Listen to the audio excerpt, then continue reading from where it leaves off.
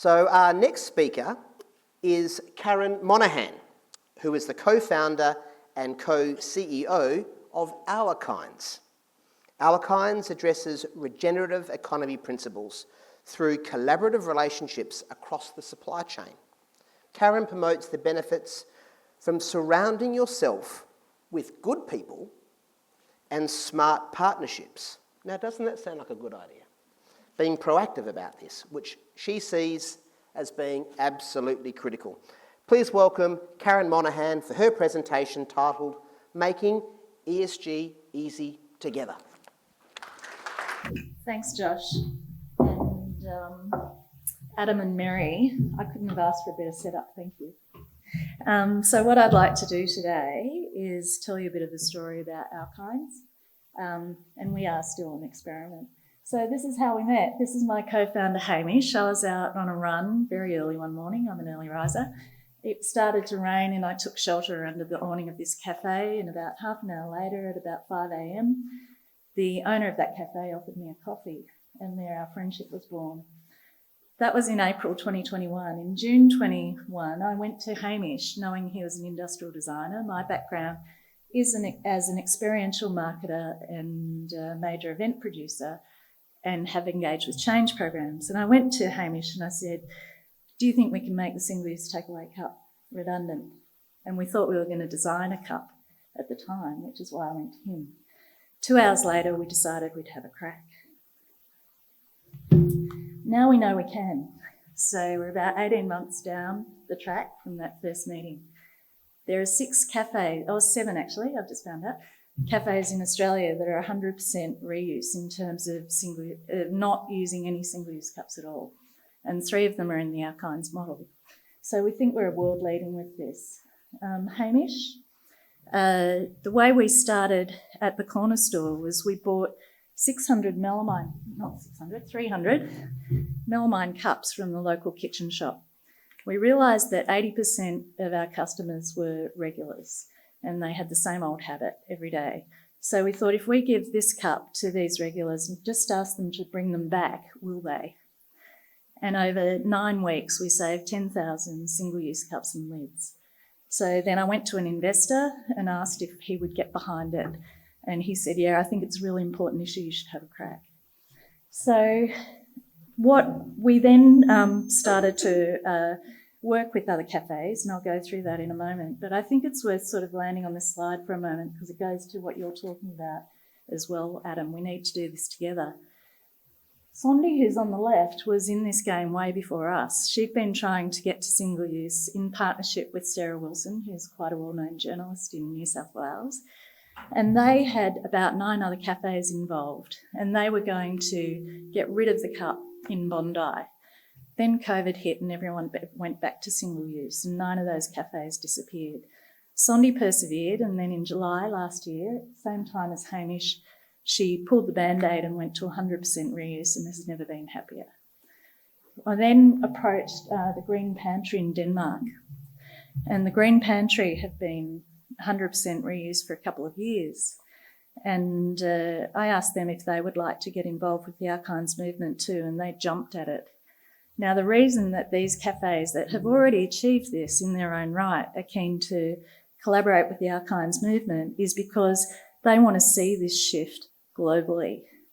They know that it can be done, and we have a sense of how it can be done. And now 12 months in, we have a sense of sort of what the success features are and what the fail points are. How it started, I had been taking a latte glass to my cafe for about 10 years, filling it up and taking it to wherever I needed to go next. My son's a barista in Melbourne and a student, and during the world's longest lockdown, he was in the front line. He had people coming to his Cafe Loafer in North Fitzroy, also 100% reuse, and their mug library had run out. People had forgotten their cup. They really wanted their moment of well-being and their 1 hour of freedom in the day, and they couldn't get Tom's coffee. And if you know Melbourne, you know we're really precious about our coffee. So he rang me and he was just like, Mum, I understand the angst, but I can't handle it. How do we help people change this habit? He didn't think his mum was about to launch a business on the back of that, but she did. So I said, yeah, let's have a crack. So Hamish and I went into doing some research, and we you all know how big the problem is.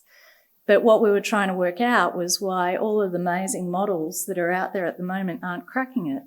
And there's incredible innovation from the 2 little beans in one pod, from the farmer with fair trade practices, etc., all through the supply chain. It's incredible. And then it gets dumped into a single-use cup in the cafe, and the baristas and the cafe owners are heartbroken. And so we looked at it and we found that the existing reusable models just couldn't go to scale. They were too complex. We found that there was so much confusion around incoming regulation, etc., that the cafe owners were actually living in an environment of fear. They knew they had to transition and they didn't know how. There hadn't been an investigation in terms of the cafe flow. So if you know how coffee is made, it's really precise. You need to get that shot running between 25 and 32 seconds. So the machine gets tuned several times a day to make sure you get that perfect coffee. And with consumers, there was a lack of understanding of their personal impact, both positive and negative, and that continues. So what we did, we stripped out all the blockers. So with this melamine cup, nobody paid for it, they didn't download an app, there weren't any fines or fees or tokens. They could even forget it next time. But you know your regulars, and you know you can say, Bo, you must have 10 by now, and you come and grab them. And it's like that. And people, once they start the change, they want to continue the change. It's like painting one wall in a room. You realise how dirty the other walls are. So what we did, we removed all the blockers. We gave people an active choice every day. Would you like a reusable cup instead of that single-use cup? So they had to think about it every time. Then we decided to scan the cups so that we would know what the material of the cup was, how big it was, how many times that cup had avoided a single-use cup, and we would know when those cups became carbon neutral. All we asked was that they rinse their cup and then just bring it back. And what happened was everyone said thank you. So all of the consumers said thank you for making it easy. Thank you for making me feel better about myself. Thank you for helping me adopt a new habit. And the cafes said thank you for listening. We now have 24 cafes across 4 states, one in New South Wales, one in Victoria and one in South Australia that we onboarded remotely, and she's just spinning along. And we're the only reusable cup model that hasn't actually produced a cup. Now, the way that we have done that is to realise we can't do this on our own. It's a 540 billion disposable cup ending up in landfill problem that we know of. So we knew it wasn't about making another cup. There are enough cups in the world. In fact, now that we've shifted to Good Sammy's cups that we get as part of a supply chain solution, Hamish actually receives more cups than he gives out because people are cleaning out their cupboards and bringing them to him. If everyone took 1 cup to their local cafe, the problem would be solved. So, as to your point, Adam, we've developed a supply chain solution. So, first of all, just through fate, really, Naraya and I started to collaborate. Naraya came to me to ask me to mentor her in launching a fashion business, and I asked her to mentor us in indigenising our business and making sure it's a safe place for anyone from a vulnerable community to work. And that has become an incredible 2-way mentoring opportunity. And the first time we met, Naraya described us as caretakers of the land, but in the city. And we really hold that in our hearts. We take that seriously. Good Sammy I went to and asked if they could actually provide these to us at scale. So we're now enabling employment for people with a disability, a new revenue stream for Good Sammy, and we're avoiding a waste problem for Good Sammy as well. So one-off cups like this would normally be exported to third world markets, and now they're captured and popped back into the system. Anything that's chipped or whatever that we can't use, once we get it to volume, we can grind it down, and that can go to the manufacturers of the artificial reefs along the coast, and that can become part of the building product to attract new corals, that attract new weeds, that attract new fish colonies. So when you're talking about restorative economy, this is regenerative economy in practice. The fears of the cafes were, will we run out of cups? having a supply chain solution with charities helps us to solve those. The fears are also, how do I wash the cups? So Hobart are the leading dishwashers internationally. They're actually trialling washing programs with one-off, like reusable cup models that have produced cups for cinemas, etc. in Germany. What we're doing with them is we're just putting it under the bench, dishwasher into a suburb, and then washing cups for multiple cafes around that cafe. It's very easy to do. It takes about an hour and a half a week. So we've already got that operating in Fremantle. We'll soon have our Tiller Rides bike that will be going around, dropping off and picking up the cups in Freo. It's a great little Freo startup as well. And hopefully that bike will be ridden by someone with a disability through a support and employment program. Dimatina, we know that coffee is the largest commodity that fair trade have to deal with. And Dimatina actually have a small amount of fair trade coffee, and we're looking to work together to encourage industry to think differently about how their beans are produced and delivered to them. Dimatina are also helping us to develop reuse training programs. So another fear of cafe owners was, how do I train my staff? There's not enough baristas, but yet there's this completely untapped employment market if you think about Indigenous communities, people with a disability, and international students. So we're now starting to roll out barista training courses for those three communities, so creating a whole new talent base.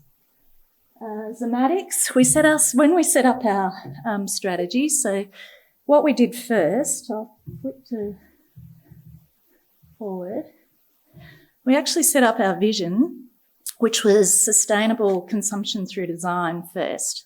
Our first goal was to make the single-use takeaway cup redundant. We realised really early on that if we cracked this, we could actually apply it to lots of other products and lots of other sectors. And then we set up our values as well.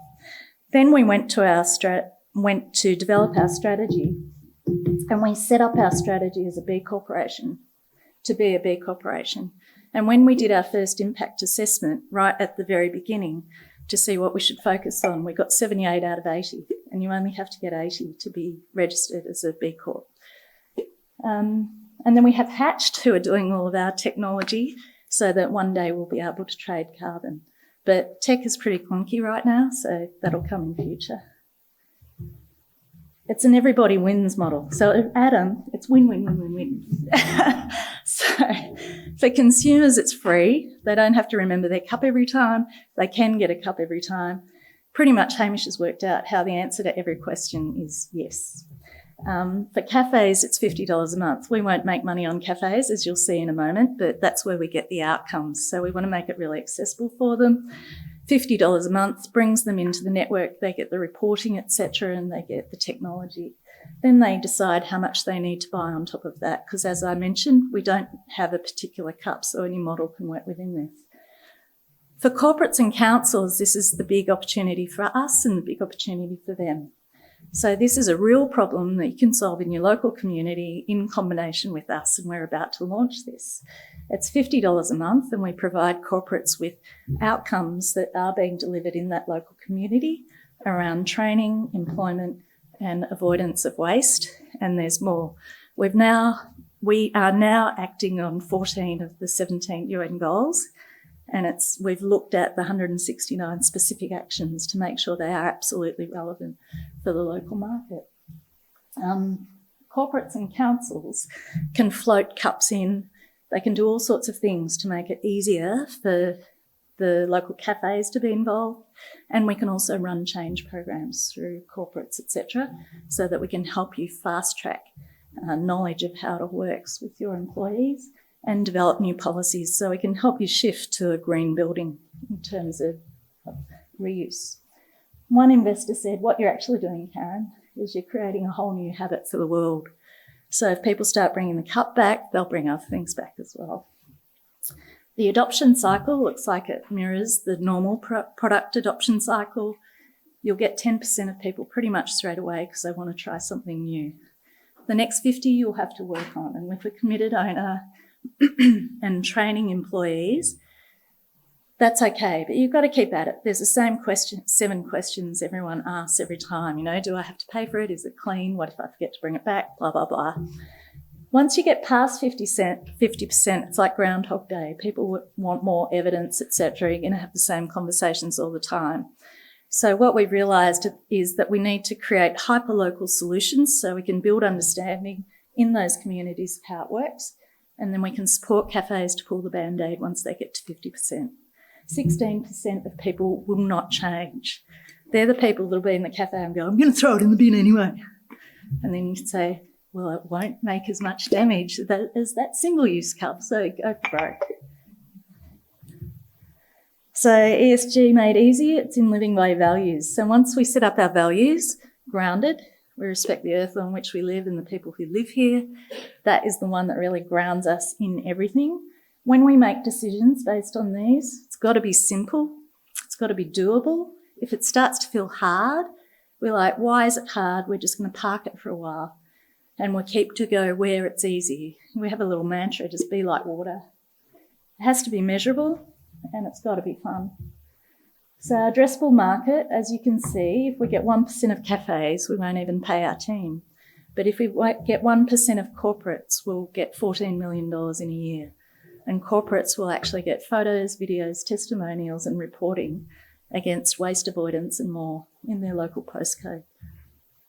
And we're developing bespoke proposals at the moment for airports, CBD buildings, cinemas, etc.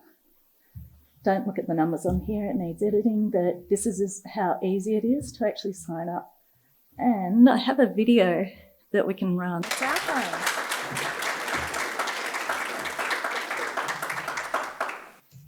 I was asked for 3 tips. So obviously we're going to get mug libraries out to cafes, as many as we can, and just get them to trial them for free for a month because they'll get that first 10%. So it'll make a difference anyway. Collaborate. No one's going to crack this on their own. And corporates, support your local cafes because that makes a big, big shift if you can do that. And basically, like Adam said too, is just get started. Just take one small step and get started.